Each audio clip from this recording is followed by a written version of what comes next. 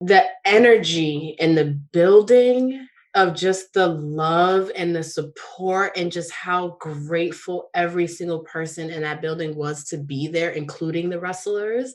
You could feel it. And then the little girls, the amount, like Krista B and I used to go to from 2018 on, we have been to every single show in New York. So we've been to shows.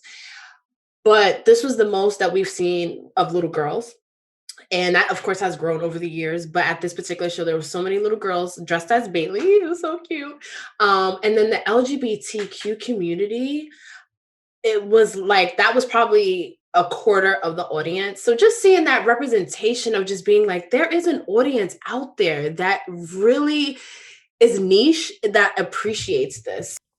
This episode is presented by Away Travel. Quite simply, Away makes everything you need for a trip away. Away started with the perfect suitcase, then built from there, creating a range of traveling standards developed from the travel stories of friends and seatmates. The pieces aren't smart, they're thoughtful, with features that solve real travel problems to give the real world access to better travel standards. Away took the direct-to-consumer approach to lower prices, and the quality is guaranteed. Your Away suitcase will be with you for life. We are teaming up with Away and Podgo to give you the best deal on premium luggage by going to podgo.co/away. That's podgo.co/away. Away Travel, here to make your journey seamless. So y'all know I'm a huge professional wrestling fan. Been one since birth. Y'all know the story. If you haven't, it's on the internet somewhere. But the one thing I always say is I've met so many great friends that I wish I would have known them when I was younger. I wish I would have known them when I was coming up, as I could have had somebody to really talk wrestling with who would have loved it as much as I do. Today's episode features one half of one of my favorite wrestling podcast hosts, the one and only Miss Patricia Rogers, known as Queen PR.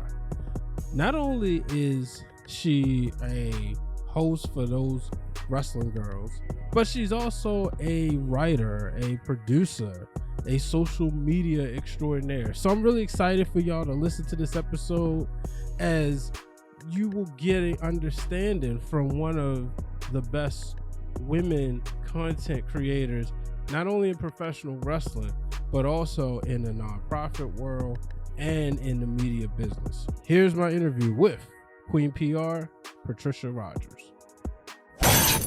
All right, ladies and gentlemen, on the line today, I have somebody on that's from the wrestling family, the one and only Miss Patricia Rogers, or as I usually address her by Queen PR. Patricia, how you doing today? Hi, I'm good. How are you? Good. I appreciate you coming on. I've been obviously a fan of your show, Those Wrestling Girls, which we'll get into a little bit later. But, one of the things about following you on social media and following Those Wrestling Girls is that I've seen you are heavy into the media business as well. So I'm going to say you're not just a mark out here just doing a podcast. No, this is something you studied. This is something that you are professionally trained in. So I'm excited to talk to you about your career. Yeah. It's crazy that I was able to use sort of my skill set for my passion and what I love, wrestling. So my podcast doesn't feel like work, which is a blessing. Yeah, amen. When did you know that this was something that you wanted to do as far as media was concerned? I think ever since I can remember, I always wanted to be an author. That was my first dream. I wanted to have a book published and be on Oprah's list. Remember that? And my dream, like in grade school, was to be on the Oprah show and her like love my book. I didn't know what I would write about, but that's always what I wanted to do. And then when I was 11, my grandmother found a journalism program, a youth journalism program that was based here in New York City called Children's Press Line. She thought it was a writing program, but it was actually a journalism program. And I was in that program from 11 to 18, and I was trained as a journalist. Our stories were published in the Daily News, the Amsterdam News. I had a column overseas, and then I also wrote for a newspaper in high school. So I literally was able, like, I don't know where journalism and like writing ended because it just always was sort of like my life. And then I majored in English. I honestly, of course, and I should not talk like I was so um, sure about what I wanted to do. I was completely lost in my early 20s, just like everyone. I didn't know what I wanted to do. At one point, I wanted to be a fashion stylist. I'm really into fashion. Anyone follows my Instagram, I love stylizing, wrestling t-shirts and stuff. So I wanted to do that at one point, and I was so lost. And then I somehow um got to Jersey when I graduated college, and then got into like community organizing and social activism. And I lived in an arts district where they were using art to cultivate community, and it was so amazing and cool. I had such a great vibe. I wanted to chronicle it, so I started a blog. So as you can see throughout my whole life, storytelling, and on the blog I interviewed artists, musicians, I did event recaps, and all that sort of thing. So like it was always sort of like an urge for me to capture everything around me, share stories, and get and like talk to people. So like I never really thought about it, if that makes sense. And what was the first, like, what was the biggest story that stood out to you during your time when you was in Jersey that like you really remember? Oh wow. So just everything. So I lived in the Valley Arts District in Orange, New Jersey, and I was a studio manager at an arts and music studio called Ironworks, and we had an emerging artist program called Orange Inc. And it was for um, like that high school to like 25 30-year-old stage of like the starving artist, where you just have this place to like learn. So I met, it was a gallery, it was a music studio, it was a fashion studio, it was so many different things at so many different points in time. And I couldn't even tell you the amazing people that I met in Jersey. So like to even say like what was my favorite story, it was so much. The bone artist I interviewed, Tia Jenna. She's based in Jersey, and her artwork was all bones. So she would literally collect chicken bones and clean them and make these beautiful paintings with them. And then I had a friend, Laura Campbell, who made art by whatever she was inspired by. So she was doing an animal series, and all of the fur was cigarette butts, but she doesn't smoke cigarettes. So one day we're walking from this bar, and I see her like stopping and picking up cigarette butts, and I didn't know her that well. So I'm just like, what the fuck are you doing? And she was like, oh, collecting them. And then we go back to the studio, and she shows me this piece that she's working on. And I think it was a sheep or a lamb, something that had like really like big fur. And then you see what she was doing with these cigarette butts, and it was just like amazing. Like I was inspired in that neighborhood. Shout out to Orange Inc., Ironworks, University of Orange, so many nonprofits I've worked with out there and that community. So it was inspiring every day. Like my blog was called Mass Consumption, and that really is honestly where I hone my skills for storytelling and also building a career for yourself. So, one thing about nonprofits, especially back in like 2011 to like 2016, is that they're very dated. Like the people that work there are old, the founders are still involved. And they still do things very old school, like sending letters out to invite people to things. I'm like, okay, so you need a Facebook page, you need an event email list, you need to get on Eventbrite. So like I sort of seen like an opportunity to do like a side hustle where I can go into these nonprofits and basically tell them that they need these things digitally, that they have no idea what I'm talking about, what to do, and I'm going to charge them for me to do it for them. So that's where I've learned so much of what makes those wrestling girls successful, as in knowing the reality of scheduling Hootsuite, the time it takes and the social media marketing, that it's not just, and Brian, I'm sure you know, it's not just about posting links and scheduling links. It's about interacting with your followers and making sure you're following the right people, and just knowing the reality of the work that goes into that, just from running my blog and working with those nonprofits. So my blog and my clients from Jersey really became like my portfolio, my resume. So, I didn't go to school with what I can necessarily do, but I've literally had, nearly a decade of, work experience of just being in the field and just like growing sort of with social media, if that makes sense. So, You're good, because that was kind of like my next question was, how have you been able to, or what kind of advice can you give to people as social media is always changing? I did a show a few weeks ago, the night after, shout out when Bobby Lashley won the WWE championship. I did a a show with two champs of the Big Gold Belt podcast, and we talked about TikTok, and seeing like 2 years ago, TikTok wasn't around. Now it's Instagram Reels, then there's Clubhouse. How have you been able to kind of stay young with social media? Because that's one of the things with rappers I admire about most of the rappers, that they can do. They can kind of like stay young with the music and kind of get that next audience. You look at people like, your Jay-Z's and stuff. How have you been able to stay young with social media? Like, what kind of advice could you give to people? It's not easy. I feel like there's always something new. Like I still haven't grasped TikTok, and I know that that's probably a money stream and another platform for those wrestling girls to really thrive, but I can't. So that's a really good question, because I feel like, we're struggling with that just because it's time consuming and there's so many. I think focus on platforms you like, because it's like it won't feel like such a chore to maintain it, and then it won't, chances are it won't get neglected because you like it. So I love Twitter. Mhm.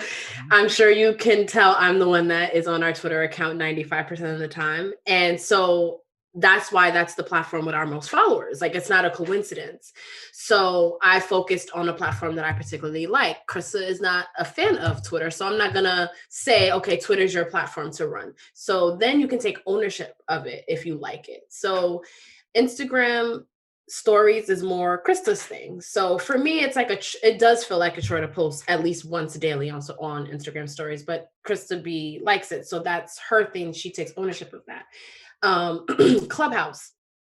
I probably shouldn't say this because I want people to come to our clubhouses, but I'm not a fan of Clubhouse personally. It's just not me. I'm not a person that's just gonna like sit and like hear people talk. And I'm also shy, believe it or not. So like it's easy for us to run a clubhouse, but like I get really shy when I'm in them and I don't want to talk. So it's just not me, basically. But Krista B is very good at it. Like she loves talking to people. She loves being in conversations. She's very good at like monitoring our room. So she has taken ownership of Clubhouse. So I think the best thing is to be realistic about what platform you gravitate towards and put your focus into that, because then you'll get more out of it at the end of the day. Now, I know you did some freelance writing for Diva Dirt. Can you talk about, was that Mhm. the first time that you got to write about wrestling professionally? Yeah, it actually was. I reached out to Kristen Ashley. Actually, she was the editor at the time there, and she we literally was doing those wrestling girls for like not even 6 months, and she already was like, "I'm a fan of those wrestling girls. I would love to work with you." So then she ended up leaving Diva Dirt and going to starting her own company, Bell to Bells, with a couple other people. So then I ended up writing for them. But yes, that was my first experience writing about wrestling. And the first article I ever wrote about, because I'm a huge Paige fan. I don't know how you feel about her, but um, when her movie came out, I was marking out, I seen it pre-release like a week early, and I seen it again when the premiere week because I wanted to, one, I wanted to see it again, then I wanted to make sure, her numbers was up there and shit. And also it's a really cute movie. I don't know if you've seen Fighting with My Family. Yeah. It's super cute. And I wanted to review it, and I was just like, but where? And I'm so used to being the person that owns the provides the platform. So I was just like, oh my God, where do I go to write this review? So I had always been following Deeper Dirt. So I just reached out to her and I was just like, do you guys want a review on Paige's new movie? And she was like, yeah, yeah. And that was really it. Now, when you watch a movie before it comes out, and you've mentioned that you watched it again, did you use that opportunity during the premiere to kind of be able to live tweet and engage? Because obviously watching it before, you don't want to give it away, but did you use that opportunity to like really live tweet and engage with people? No, I didn't. I did say, like, of course, like, this is a really good movie. Everyone should see it. But no, I didn't live tweet it. At that time, I wasn't those wrestling girls Twitter wasn't like what it is now. I probably would do that like now if a movie like that came out. But at the time, and then Paige is very polarizing. She's like the Bella twins. So sometimes I don't really be wanting that kind of energy sometimes. So like a lot of Paige stuff I like to like kind of keep to myself sometimes, if that makes you're on wrestling Twitter, you know how it is. Absolutely. I want to take a quick minute to talk about mental health. As you all know, we are living in unprecedented times, whether it's the racial pandemic or the COVID-19 pandemic. Well, I want to introduce you to Hope Again Counseling Services, where transformation begins. Hope Again provides help for children, adolescents, adults, family, and couples. So give them a call at 410-698-8442 or visit them on the web at yourhopeagain.com to book your appointment. If you are willing to believe, you will begin to achieve, and ultimately, Hope Again Counseling Services can help you receive all that is meant for you. So, we talk about it. 2018, those wrestling girls. How did it start? For the people who don't know, how did it start? How did it come about? And how did y'all create the best women's wrestling podcast? Mm. Excuse me. Oh, thank you. So 2018 is actually like my favorite year of the women in WWE. It was so amazing. Like, and then I think about the women's division now, and there are really amazing high spots happening. But like 2018 feels like this high that I'm like chasing. Like, when you like smoke crack for the first time, and then it's like you're always trying to get that one, and it's just never going to be like 2018 because you had the Royal Rumble, you had the first Elimination Chamber, you had Ronda, whatever she brought to it, you had her, you had the rise of Becky Lynch, you had the fucking Evolution. So I had just started watching wrestling again in 2017, and I didn't start watching the weekly product until Ellsworth won the first Money in the Bank, and Daniel Bryan tweeted that there was going to be a rematch on SmackDown, and I was so angry about that. So that's when I started watching it weekly, and I started live tweeting from my personal account. And then me and Krista met because we wrote for the same blog at one point, and well, okay, maybe they don't know. So Krista and I met working at a blog, and we both figured out that we liked wrestling and literally only talked about that anytime we saw each other. And we were like, we should start a blog. And then I was like, no, because blogs take a lot of time to monetize, and we write for a living. I don't want to do it, with wrestling, again, choosing a platform you actually like so it doesn't feel like a chore. So I said, why don't we do a podcast? So then Krista came up with a name. I hated it at first, and it ended up being absolutely perfect. I couldn't imagine, our podcast being called anything else. And it just felt so. The whole 2018 was, and it's funny. Oh, Brian, I'm so glad we're talking about this because it's the same thing that happened to me in Jersey, where so much amazing, inspiring things are happening, and I feel like I need to talk about it. The same about 2018 in the women's division. I was like, yo, this is like, oh my God, like we have to start a podcast or something.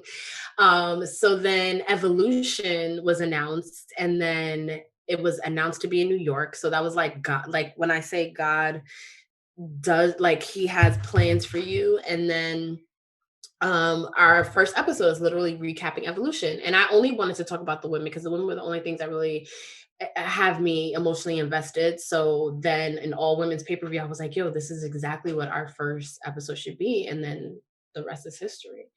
Did y'all go to Evolution?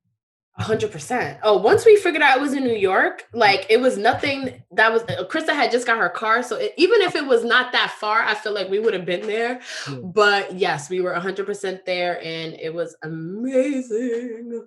It's not too many things that makes me regret leaving ESPN, but when they started that WWE relationship literally the month after I left. No. Yeah, no. Well, all right, yeah, no. So Brock Lesnar, if you remember, well, maybe not. So this is 2015. Brock Lesnar announces that he's coming back and he's going to re-sign with the WWE. This is before he beat Roman at 31, right?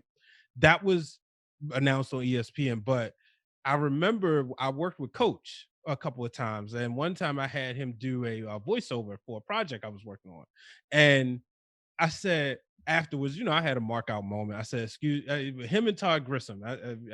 With Coach, I said, "Hey, I just want to let you know, I'm a huge WWE fan. I really appreciate you doing this, taking this time out to do this, because like sometimes wrestling would be on, and I would hear him talk about, oh yeah, he's so and so is doing this, and you don't want to go up because we all co-workers, right? So you don't want to go, hey man, I remember when you did such and such, right?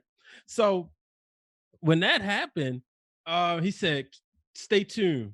I, we got some things happening." And I'm thinking he was gonna go join the company again, but in fact, that was when they went to SummerSlam, and I was actually supposed to go, but my last day was like 2 days prior. But Evolution was one of the pay-per-views that they had. Stephanie McMahon had got a limo for his people at ESPN to go to the pay-per-view, and they got the red carpet treatment.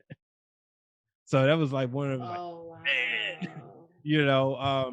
what was it like being there? Y'all have those Wrestling Girls podcast. Y'all are a huge fan of women's wrestling, and now we're finally getting a all women's pay-per-view, something that was long overdue. What was it like being there?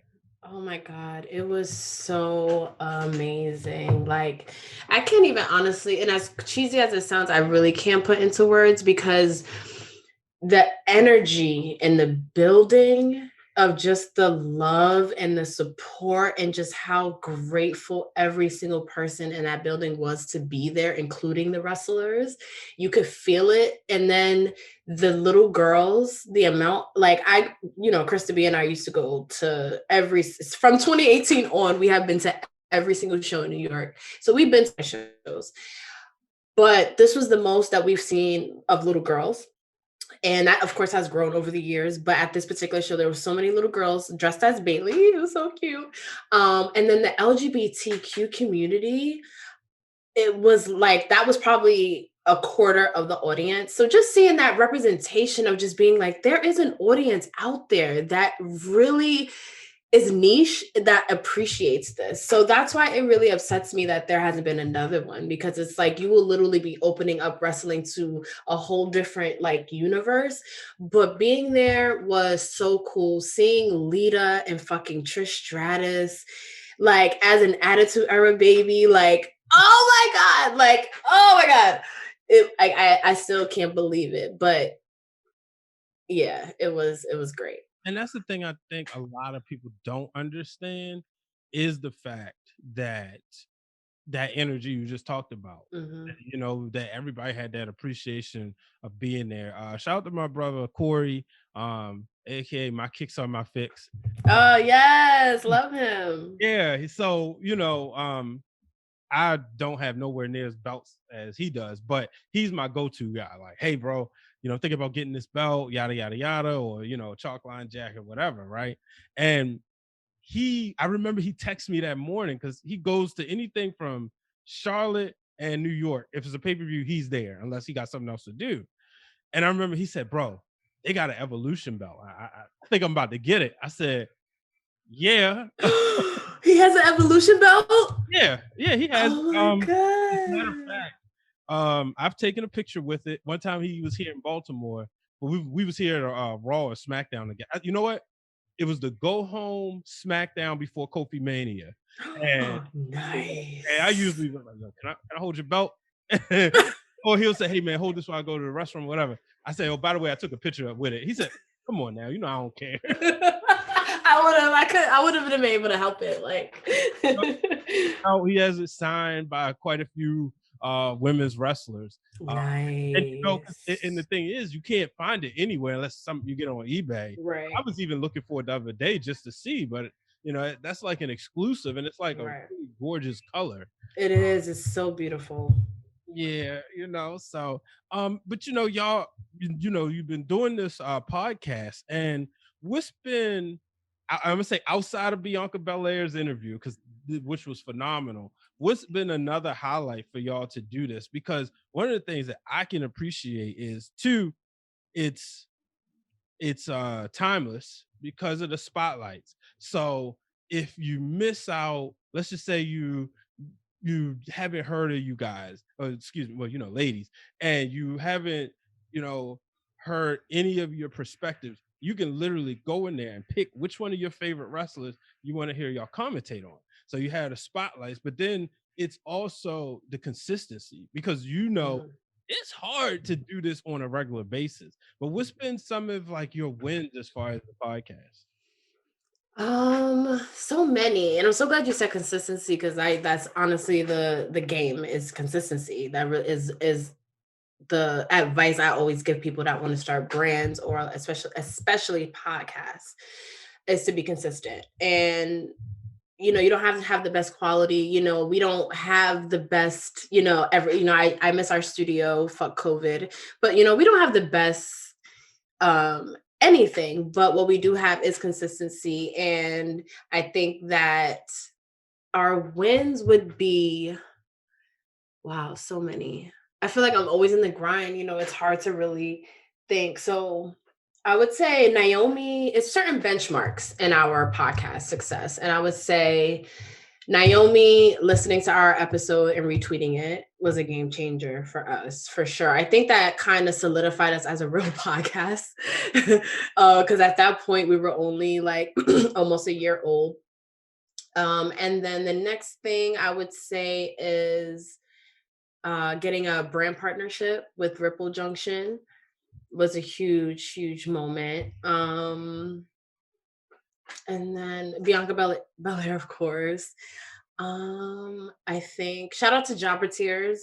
We definitely wouldn't be where we are without them, like especially in the beginning stages, going to like their parties and them just like repping us from like, we had one episode out and they were talking about us like we were the best podcast ever. And it really, they're amazing people. Shout out to them. I would think those are sort of the big ones that really stick out to me right now, is being able to, and then our anniversary parties, like we had one in New York for our first one, and then we released merch. Releasing merch, that's the other one. Yeah. Releasing our own merch that people actually like were excited was excited about, was definitely like, all of these are just huge blessings that like I thank God for every day. Yeah, I can't. My shirt's in the mail.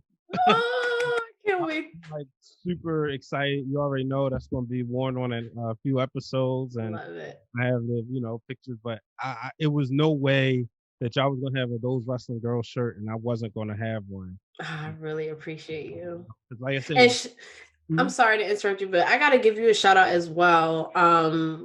Benchmarks and hours, like just you introduced us to different programs and like always, guys, Brian is an amazing person. Like I could reach out to him and text him like the most random question about like StreamYard or like, anything. And he's always super, super, super helpful. So you honestly were very helpful in our growth as well. So I really appreciate you. And we both, Krista B and myself always talk about how us being on your show also was one of those things that solidified us. And we were glad that we were able to do it separately for once. Cause like I'm very shy. So for me to like, your show is one of the first things I ever did where I was just by myself, just repped Krista, Krista B couldn't make it. So I repped it alone. And then that's how Zelina Vega followed me after that.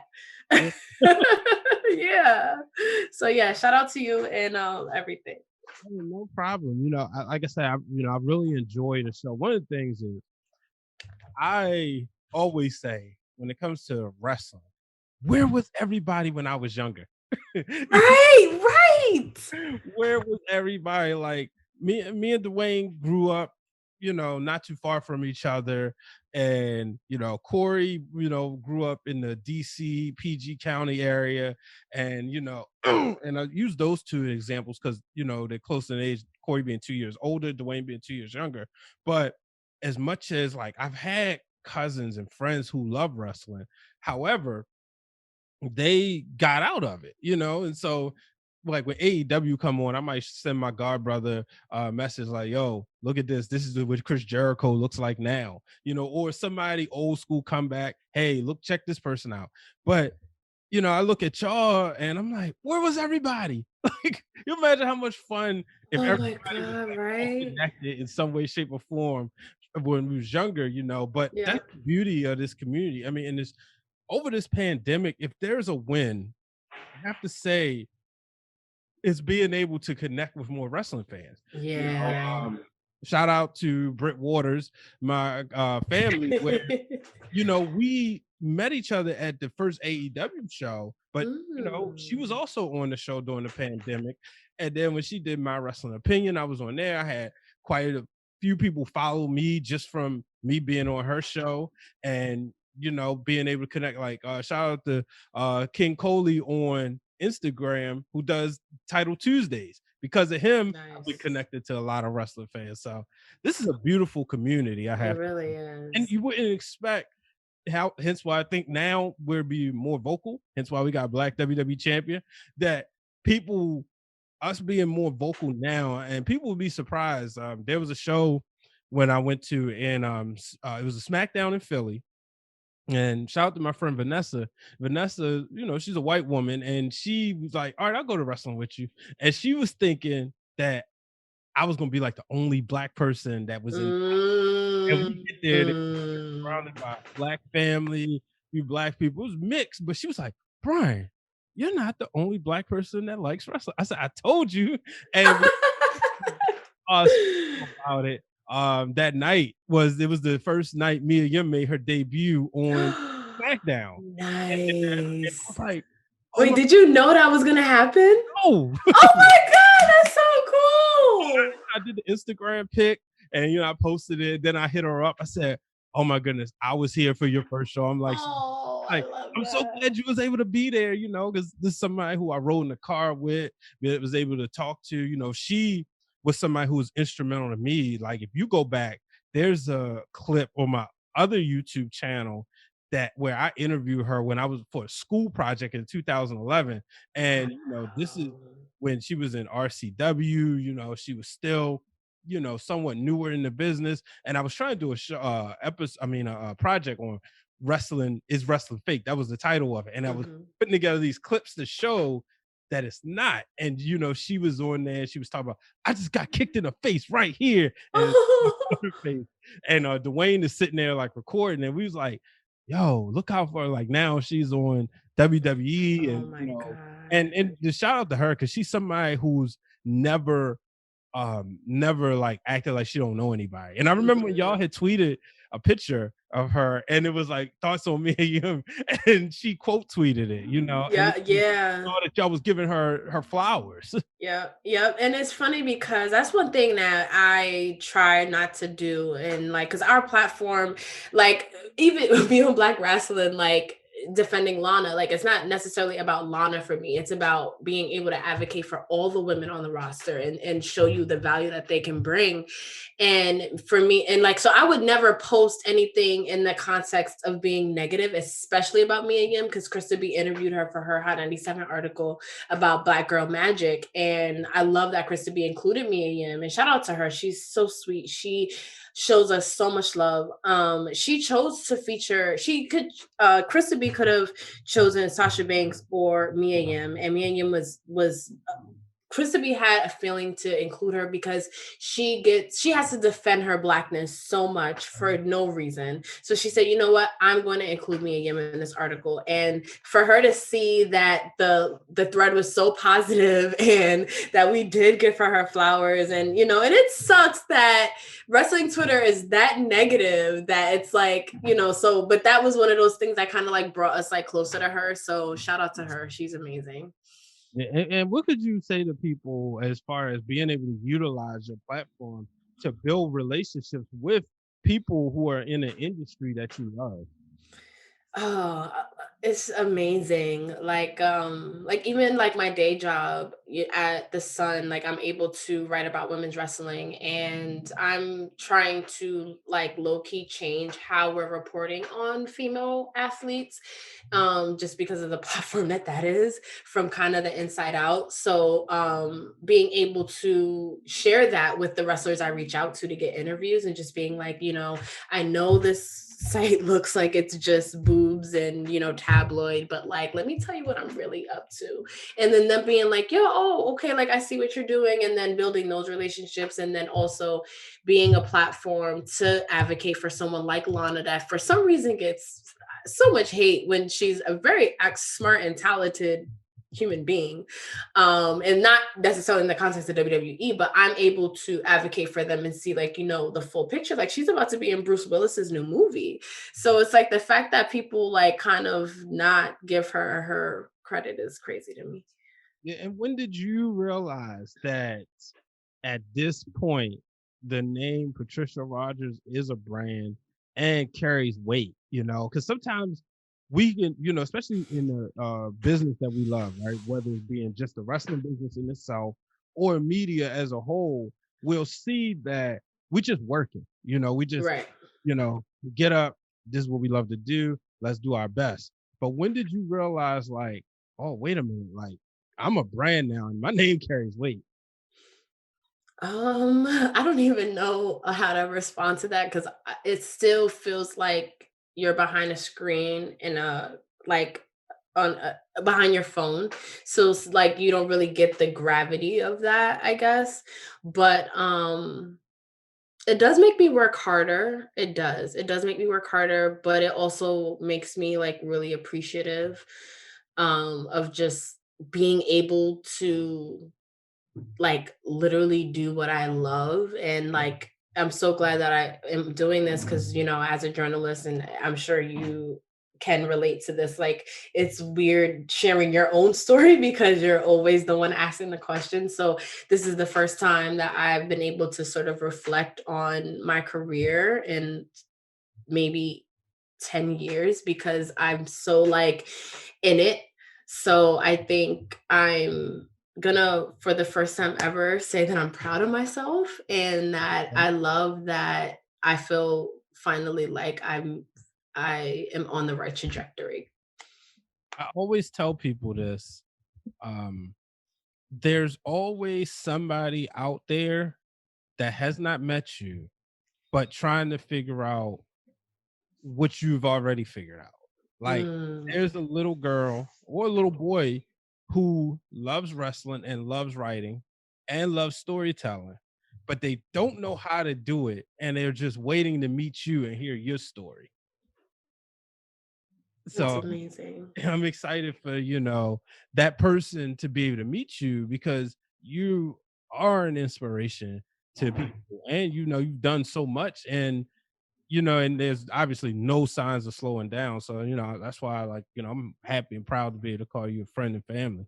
I appreciate you and you as well. Like you inspire me. And like I said earlier, you've taught me so many things you have probably don't even realize just from me, watching you. And you are the one that actually taught me about consistency and also like having fun with the programming. Like I don't know if I've ever told you that, but like I love that you have different shows for different things. So like you inspired a lot of our different shows and stuff. So thank you for you being in your grind and showing me an example of things, and then also you have an amazing day job, so you literally do it all. it's tough, and like right before I was sitting here, and I was like, all right, cool, fix food, and I told the kids, I said, all right, let's sit down and watch TV real quick. My daughter loves one-on-one. Oh, I love that. Me too. And so my son, sometimes he can take it or leave it. But I said, y'all want to watch one-on-one? So we were sitting here watching that, and they was sitting there cracking up. I said, all right, now y'all gotta go upstairs. We watched 2 episodes. Y'all gotta go upstairs. I gotta record. Nice. So you literally fit it all in. I love that. I try to. It's like I said, it's not easy. But that's one thing about COVID is working from home. You can kind of like squeeze stuff around. Mm-hmm. Yep. Before we get out of here, I gotta ask you this question. What was the moment? This title show is called Breaking Through the Glass Ceiling. What was the moment that you broke through the glass ceiling? Whether it was just you individually, doing podcasting, doing writing, but the moment you realized, like, wow, I'm pretty good at what I do. I think it was actually recently when, hello? Yeah, I'm here. Oh, okay. I think it was recently when I was at my job now, like I just been there over a year, and I was able to proudly say, because I style my wrestling t-shirts for work. And I was able to proudly say, like, oh, I have a podcast. Like, and I wasn't shy about it. I wasn't like I was proud to say like what I do, and that's who I am, and I can identify by this. And then them observing and learning like that, this name or those wrestling girls as a brand like actually has, you know we have a following in this industry, and then them looking to me for advice, and me, them trusting me and being able to write about wrestling was a moment where I was like, okay, girl, okay. And I definitely appreciate you taking the time out to come on and share your story. Let the people know where they can find you, and let them know where they can get those wrestling girls merch. So you can follow those wrestling girls on Twitter, T Wrestling Girls. Join our Facebook discussion group. We have fun exclusive content on our Patreon weekly. And then make sure you catch up with Krista B and I on our personal accounts. I'm at Queen3_PR. And then our merch is actually a limited edition collection inspired by the Attitude Era. So you really should get your hands on it like now. And it's in the link of our bio. Click that link. We'll probably do like a sale soon. So definitely like follow us and all that good stuff. Well, I appreciate you coming on. Thank you so much. Oh, thank you. This was amazing. No problem. All right, ladies and gentlemen, I hope you enjoyed my conversation with the one and only Miss Patricia Rogers, or as I like to say, Queen PR. Make sure you tune in next week as I bring on one of my mentees, the one and only Miss Chanel Stitt. She is a writer for the Detroit Free Press, and I'm really excited for you guys to hear this conversation, as she's someone who I've been able to watch grow in this business. So make sure you tune in, folks. Remember, do not let anybody set up a ceiling that you can't break through, and make sure you subscribe to the podcast. Drop me a 5-star rating and let me know that you did once you do so. I really hope that you get a lot out of this, because I'm having fun. I'm having conversations with my friends and learning their journeys, but I'm sharing it with the world because there's something that you can learn from every episode, I promise. Take care. Talk to you next week. This podcast is brought to you by B Waters Productions. You can follow B Waters Productions on all social media platforms, and the music is produced by Hypno Beats. Follow on Instagram at Hypno_Beats with a Z.